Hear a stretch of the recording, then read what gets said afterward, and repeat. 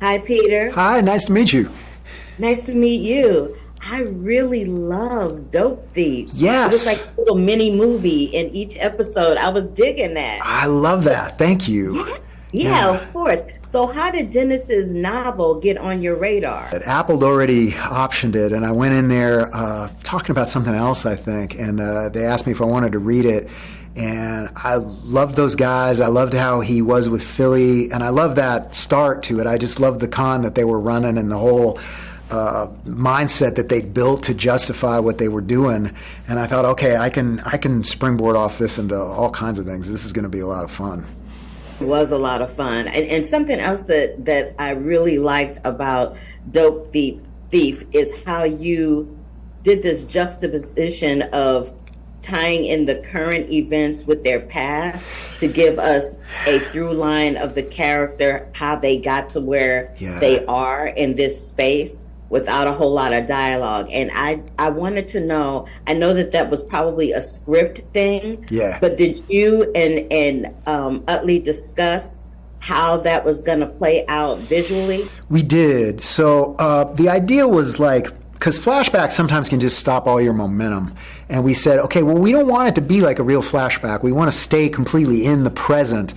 And my thought was I really wanted to show how all the past trauma was kind of just merging with the current trauma. And if you notice, like in the show, every time there's some new trauma that happens, that's when he has a flash, because he's kind of recognizing that same kind of trauma again. And the whole thing's about that cycle. So I thought if we could do it really fast like that without ever leaving the present moment, it would be great. And then, the black and white of it and the kind of tilt shift look of the lens, that kind of blurring of it, that was all Eric Messerschmidt at the very beginning, who's a really great DP. And he came into my office like a few weeks before we started shooting. He was like, I've got this idea. He showed me a scene from The Social Network that used that kind of lens and the tilt shift. And they were rowing, and it was a really indistinct kind of blur at the edges. And I thought, that's subtle, let's do that. And then it grew from there. Tying into the Robin Hood theme, if you had to play Robin Hood, who would be your target? Oh, if I had to go after somebody, I got to be careful about that now. We're living in a different era. I got to be careful what I say. I would go after someone in power that is maybe doing their own stealing. Let's just put it that way. Anybody can interpret that however they want.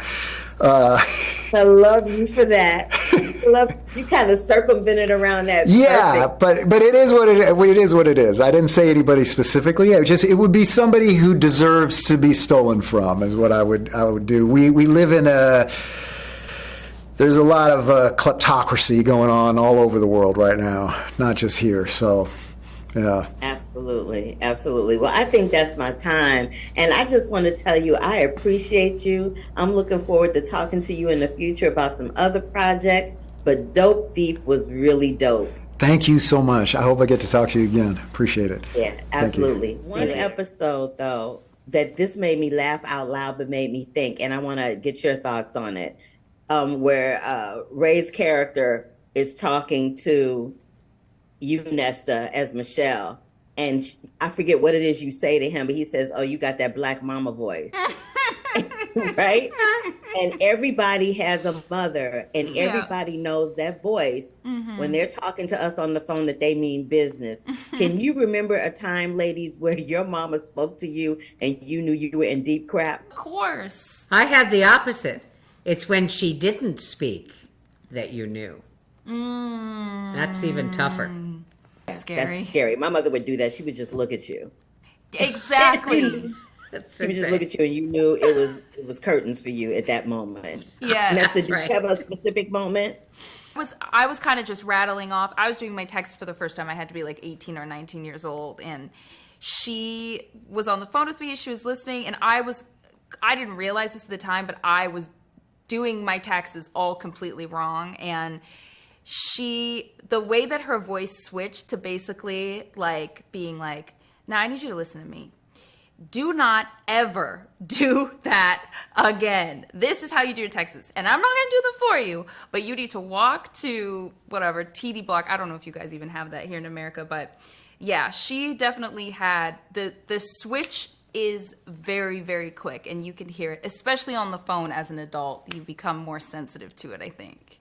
Both of you have empathy and sympathy for Ray no matter what he did, right or wrong. And why do you think your characters were so protective of him and embraced him under those circumstances? I'll start with you, Kate. Well, he's my son. I'm his de facto mother. I've raised him from the time he was 9. He means everything to me.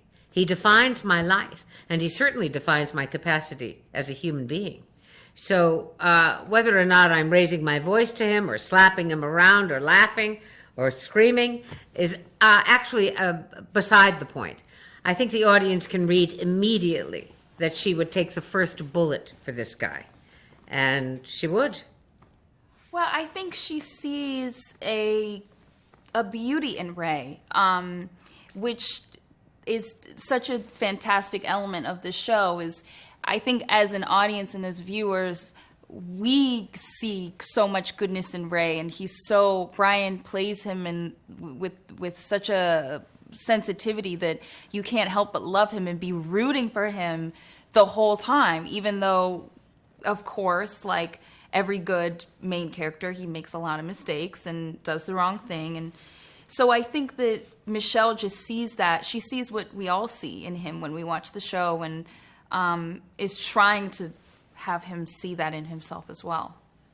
In it, you were giving me the whole good cop, bad cop thing. Good. Which one are you in real life? Are you the good cop or the bad cop, Marin? I'm the bad cop.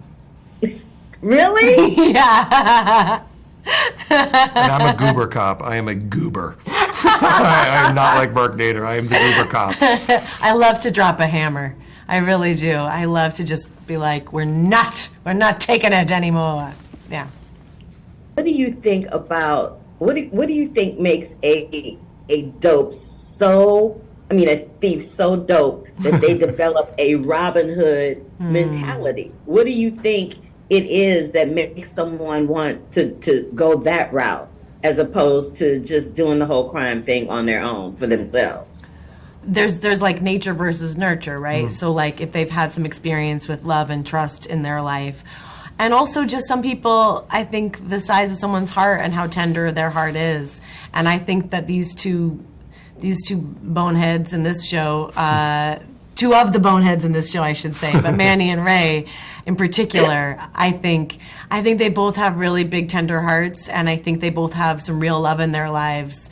And I think that's really the thing that makes these two guys really special. With Sherry and Teresa, they really have real love in their lives, and that changes things, I think. Like to find the love in all the characters. We're not really seeing any love life in Mark Nader's life, but he has a genuine love for his sidekick, Marchetti, played by Will Pullen. A lot of love, a lot of protective energy and frustration with his sister, played by Marin. I won't say too much about, I don't want to give away anything. Yeah, I'm trying to circle around Yeah, that. So I know, I'm trying to Thank you, do the appreciate it. dance. Do the dance. It's the city of brotherly love. I think Peter captures that. It's a hard city. It's a rough city. It's a tough show.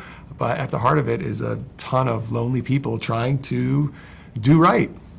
Do you feel like, in light of what America is experiencing right now, we might see an onslaught of fake agencies and personnel popping up to enforce rulings set by our current administration? Yes.